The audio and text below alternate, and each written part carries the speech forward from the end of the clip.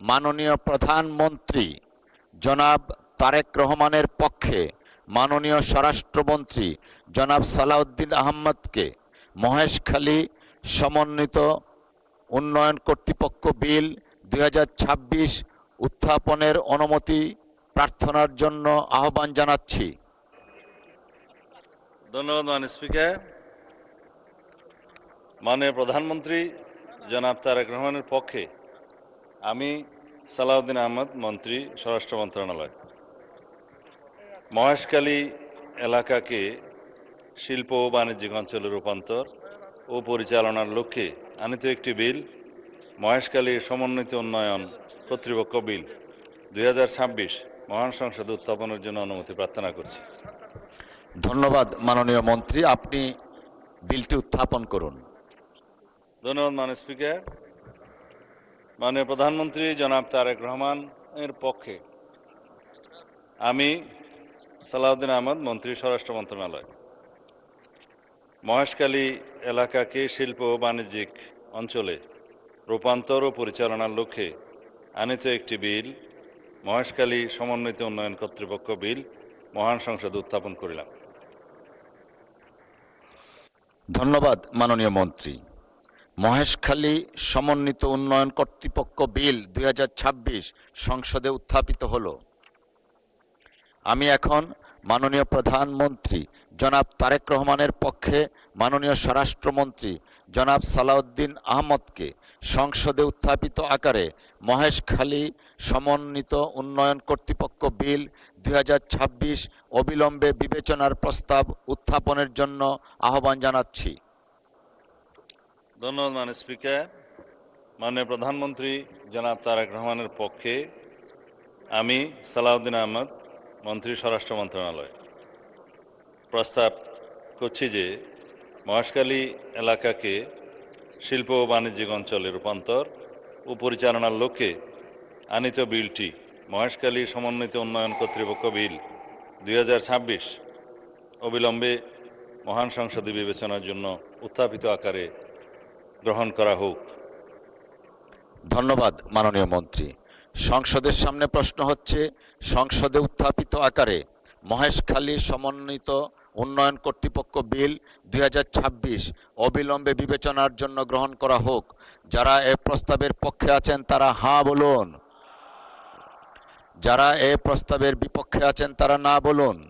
আমার মনে হয় হাঁ জয়যুক্ত হয়েছে, হাঁ জয়যুক্ত হয়েছে, হাঁ জয়যুক্ত হয়েছে। অতএব সংসদে উত্থাপিত আকারে মহেশখালী সমন্বিত উন্নয়ন কর্তৃপক্ষ বিল 2026 অবিলম্বে বিবেচনার জন্য গৃহীত হল।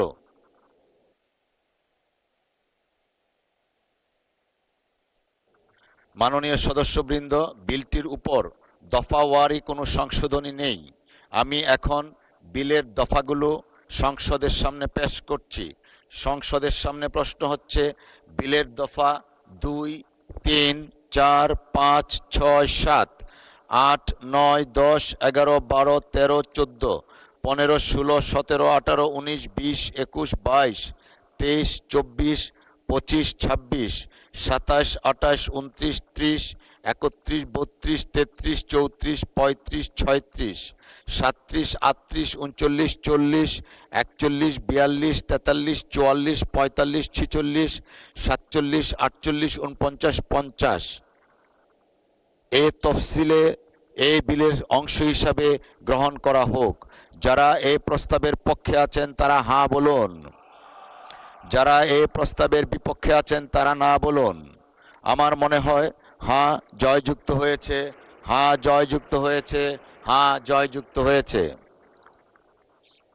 অতএব বিলের দফা 2, 3, 4, 5, 6, 7, 8, 9, 10, 11, 12, 13, 14, 15, 16, 17, 18, 19, 20, 21, 22, 23, 24, 25, 26, 27, 28, 29, 30, 31, 32, 33, 34, 35, 36, 37, 38, 39, 40, 41, 42, 43, 44, 45, 46, 47, 48, 49 ও 50 তফসিলে এ বিলের অংশ হিসাবে গৃহীত হলো।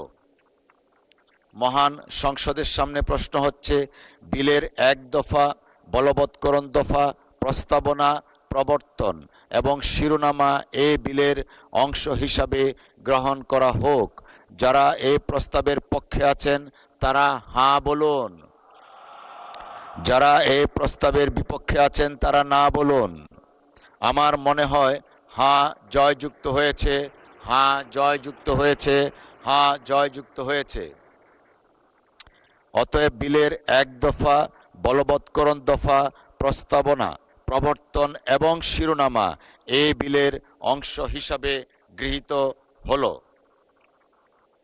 মাননীয় প্রধানমন্ত্রী জনাব তারেক রহমানের পক্ষে মাননীয় স্বরাষ্ট্রমন্ত্রী জনাব সালাউদ্দিন আহমদ, আপনি বিলটি পাশ করার প্রস্তাব উত্থাপন করতে পারেন। ধন্যবাদ মাননীয় স্পিকার। মাননীয় প্রধানমন্ত্রী তারেক রহমানের পক্ষে আমি সালাউদ্দিন আহমদ, মন্ত্রী স্বরাষ্ট্র মন্ত্রণালয়, প্রস্তাব করছি যে মহেশখালী এলাকাকে শিল্প ও বাণিজ্যিক অঞ্চলে রূপান্তর ও পরিচালনার লক্ষ্যে আনিত বিলটি মহেশখালী সমন্বিত উন্নয়ন কর্তৃপক্ষ বিল 2026 মহান সংসদে উত্থাপিত আকারে পাশ করা হোক। ধন্যবাদ। ধন্যবাদ মাননীয় মন্ত্রী।